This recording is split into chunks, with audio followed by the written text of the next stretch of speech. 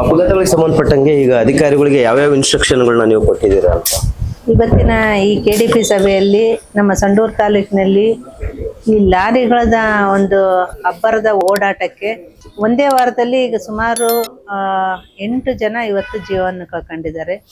ಇದ್ರ ಬಗ್ಗೆ ನಾವು ಮಾನವೀಯತೆ ಉಳ್ಳವರಾಗಿ ಇವತ್ತು ನಾನು ಎಲ್ಲ ಲಾರಿ ಮಾಲೀಕರಿಗೂ ಮತ್ತು ನಮ್ಮ RTO ಇನ್ಸ್ಪೆಕ್ಟರ್ಗಳಿಗೂ ಕೂಡ ಕಟ್ಟುನಿಟ್ಟಾಗಿ ಸೂಚನೆಯನ್ನು ಕೊಟ್ಟಿರ್ತಕ್ಕಂಥದ್ದು. ಯಾಕಂದ್ರೆ ಏನು ಪಾಪನ್ನ ಅರಿದೆ ಅಂತ ಇವತ್ತು ಕೆಲವು ಜನರು ಈ ಲಾರಿ ಅಬ್ಬರಕ್ಕೆ ಜೀವವನ್ನು ಕಳ್ಕೊಂತ ಇದ್ದಾರೆ. ಇದನ್ನ ನಾವು ತುಂಬಾ ಗಂಭೀರವಾಗಿ ಪರಿಗಣಿಸಿ ನಮ್ಮ ಸಂಡೂರಿನ ಜನರ ಪ್ರಾಣ ಕೂಡ ನಮ್ಗೆ ಅಷ್ಟೇ ಮುಖ್ಯ. ಅವ್ರ ಜೀವನದ ಜೊತೆಗೆ ಅವ್ರ ಪ್ರಾಣವನ್ನು ಕಾಪಾಡ್ತಕ್ಕಂಥದ್ದು ನಮ್ಮ ಒಂದು ಜವಾಬ್ದಾರಿ ಅಂತೇಳಿ ನಾನು ಈ ಸಂದರ್ಭದಲ್ಲಿ ಭಾವಿಸಿ ಇವತ್ತು RTO ಆಫೀಸರ್ಗಳಿಗೆ ನಾನು ಕಟ್ಟುನಿಟ್ಟಾಗಿ ಸೂಚನೆಯನ್ನು ಕೊಟ್ಟಿದ್ದೇನೆ. ಒಂದು ಇಂಟರ್ಸೆಪ್ಟರ್ ವಾಹನದಲ್ಲಿ ಒಂದು ರೇಡಾರ್ ಮತ್ತು ಫಿಕ್ಸ್ ಮಾಡಿಕೊಂಡು ಎಲ್ಲೆಲ್ಲಿ ಅಪಘಾತ ವಲಯಗಳು ಇದ್ದಾವೆ ಅಲ್ಲಿ ನಾವು ಹೆಚ್ಚು ವೇಗದಿಂದ ಚಲಿಸ್ತಕ್ಕಂಥ ವಾಹನಗಳಿಗೆ ದಂಡವನ್ನು ವಿಧಿಸ್ತಕ್ಕಂಥದ್ದು ಮತ್ತು ಅವರಿಗೆ ಎಚ್ಚರಿಕೆಯನ್ನು ಕೊಡ್ತಕ್ಕಂಥ ಕೆಲಸವನ್ನು ನಾವು ಇವತ್ತು ಈ ಸಭೆಯಲ್ಲಿ ತೀರ್ಮಾನ ಮಾಡಿದ್ದೀವಿ. ಮೇಡಮ್, ಎಲ್ಲ ಒಂದ್ ಕಡೆ ಈಗ ಮದ್ಯ ಮಾರಾಟದ್ದು ಕೂಡ ಒಂದು ಲಾರಿ ಅಪಘಾತಗಳ ಮೇಲೆ ಲಿಂಕ್ ಆಗಿದೆ ಅನ್ನುವಂಥದ್ದು. ಇದಕ್ಕೆ ಸಂಬಂಧಪಟ್ಟಂಗೆ ಏನ್ ಇನ್ಸ್ಟ್ರಕ್ಷನ್ ಕೊಟ್ಟಿದ್ರೆ? ಈಗ ಮಾಧ್ಯಮಗಳಲ್ಲಿ ವರದಿಯಾದಂತೆ ಈ ಮದ್ಯಪಾನ ಅಂತಕ್ಕಂಥದ್ದು ನಮ್ಮ ಸಮಾಜಕ್ಕೆ ಒಂದು ದೊಡ್ಡ ಪಿಡುಗಾಗಿ ಇರ್ತಕ್ಕಂಥದ್ದು. ಇದನ್ನ ನಾವು ತುಂಬಾ ಗಂಭೀರವಾಗಿ ಇವತ್ತು ಸಭೆಯಲ್ಲಿ ನಾವು ಅವಲೋಕನ ಮಾಡಿರ್ತಕ್ಕಂಥದ್ದು.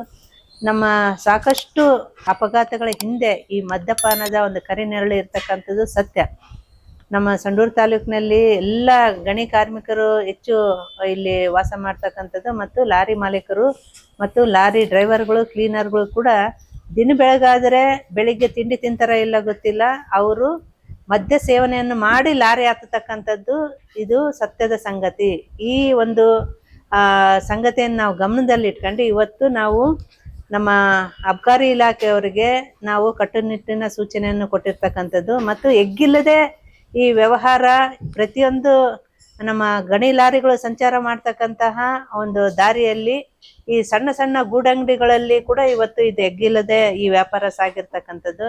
ಇದನ್ನ ನಾವು ಕಟ್ಟುನಿಟ್ಟಾಗಿ ಇದನ್ನ ಬಂದ್ ಮಾಡಬೇಕು ಮತ್ತು ಸಂಬಂಧಪಟ್ಟವರಿಗೆ ದಂಡವನ್ನು ವಿಧಿಸ್ತಕ್ಕಂಥದ್ದು ಮತ್ತು ಅವ್ರ ಮೇಲೆ ಕೇಸುಗಳನ್ನು ದಾಖಲು ಮಾಡ್ತಕ್ಕಂಥದ್ದನ್ನ ನಾವು ಕಟ್ಟುನಿಟ್ಟಾಗಿ ಇವತ್ತು ಸಭೆಯಲ್ಲಿ ತೀರ್ಮಾನ ಮಾಡಿರ್ತಕ್ಕಂಥ. ಈಗ ಡ್ರಗ್ಸ್ ಪೆಡ್ಲರ್ ವಿಚಾರಗಳು ಈಗ ಬೇರೆ ಕಡೆಯಿಂದೆಲ್ಲ ಒಂದು ರೈಲ್ವೆಲೆಲ್ಲ ಕೂಡ ಬರ್ತಾ ಇದೆ. ಅದನ್ನ ಡ್ರಗ್ಸ್ ಪೆಡ್ಲರ್ಗಳು ಬೇರೆ ಕಡೆ ಎಲ್ಲ ಸರಬರಾಜು ಮಾಡ್ತಾ ಇದಾರೆ ಅಂತ ಒಂದು ಜೊತೆಗೆ CH ಏನು ಸೇಂದಿ ಇದೆ ಅದ್ರದ್ದು ಕೂಡ, ಸೊ ಅದ್ರ ಜಾಲ ಬಗ್ಗೆ ಕೂಡ ತಾವು ಚರ್ಚೆ ನಡೆಸಿದ್ರಂತ ಸಭೆಯಲ್ಲಿ. ಹೌದು, ಇವತ್ತು CH ಮಿಶ್ರಿತ ಸೇಂದಿ ಏನು ನಮ್ಮ ಆಂಧ್ರದ ಗಡಿ ಭಾಗದಲ್ಲಿ ಮಾರಾಟ ಆಗ್ತಿದೆ, ಅದು ಕೂಡ ತುಂಬಾ ಗಂಭೀರವಾದಂತ ಸಮಸ್ಯೆ ಆಗಿದ್ದು, ಅದು ಅಲ್ಲಿ 60 ರೂಪಾಯಿಗೆ ಸಿಗ್ತಕ್ಕಂಥ CH ಮಿಶ್ರಿತ ಸೇಂದಿಯನ್ನು ತಂದು ಇಲ್ಲಿ ನಮ್ಮ JSW ನಲ್ಲಿ ಕೆಲಸ ಮಾಡ್ತಕ್ಕಂಥ ಕಾರ್ಮಿಕರಿಗೆ 250 ರೂಪಾಯಿಗೆ ಮಾರಾಟ ಮಾಡ್ತಕ್ಕಂಥದ್ದು ನನ್ನ ಗಮನಕ್ಕೆ ಬಂದಿದ್ದು.